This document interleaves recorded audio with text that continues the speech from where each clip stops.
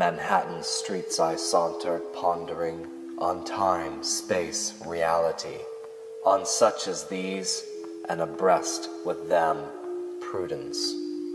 After all, the last explanation remains to be made about prudence. Little and large alike drop quietly aside from the prudence that suits immortality. The soul is of itself. All verges to it, all has reference to what ensues. All that a person does, says, thinks is of consequence. Not a move can a man or a woman make that affects him or her in a day, month, any part of the direct lifetime, or the hour of death, but the same affects him or her onward, afterward, through the indirect lifetime. The indirect is just as much as the direct.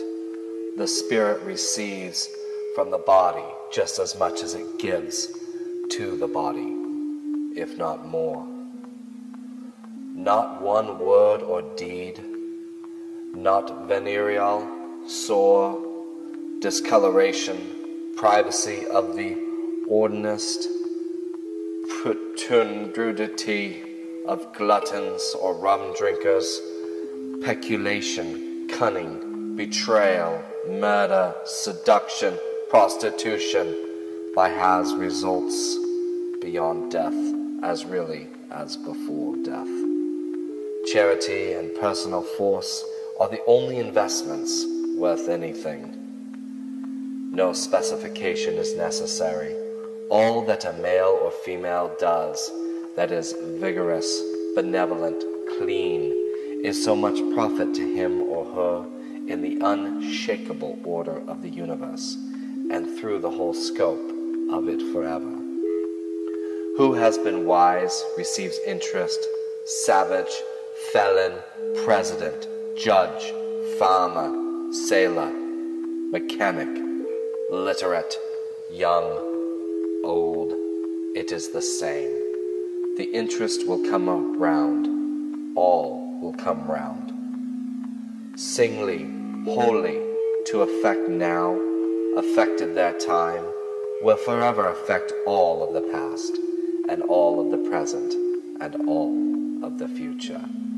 All the brave actions of war and peace, all help given to relatives, strangers, the poor, old, sorrowful young children, widows, the sick, and to shunned persons. All furtherance of fugitives and of the escapes of slaves, all self-denial that stood steady and aloof on wrecks, and saw others fill the seats of the boats, all offering a substance or life for the good old cause, or for a friend's sake or opinion's sake, all pains of enthusiasts scoffed at by their neighbors, all the limitless sweet love and precious suffering of mothers, all honest men baffled in strifes recorded or unrecorded, all the grandeur and good of ancient nations whose fragments we inherit, all the good of dozens of ancient nations unknown to us by name, date, location. All was ever meaningful, manfully begun, whether it succeeded or no, all suggestions of the divine man of mind, or the divinity of his mouth, or the shaping of his hands. All that is well thought or said this day on any part of the globe, or on any other wandering stars, or on any of the fixed stars, by those there are as we are here.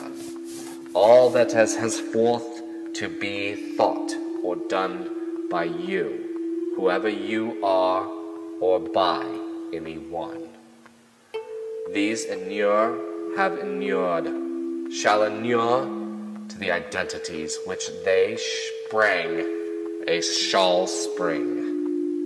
Did you guess anything lived only this moment?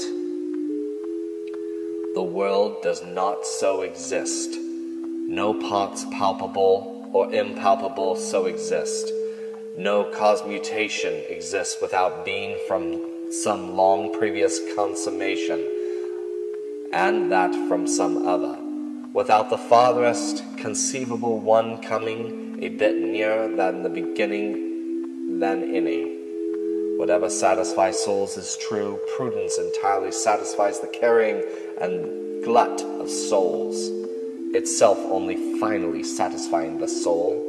The soul has that measureless pride which revolts from every lesson but its own. Now I give you an inkling. Now I breathe the word of the prudence that walks abreast with time, space, reality, that moves the pride which refuses every lesson but its own. What is prudence is indivisible, declines to separate one part of life and every part, divides not the righteous from the unrighteous, or the living from the dead, but matches every thought or act by its correlate, knows no possible forgiveness or deputed atonement, knows that the young man who composedly periled his life and lost it has done exceedingly well for himself without doubt, that he never periled his life, but retains to old age in riches and ease,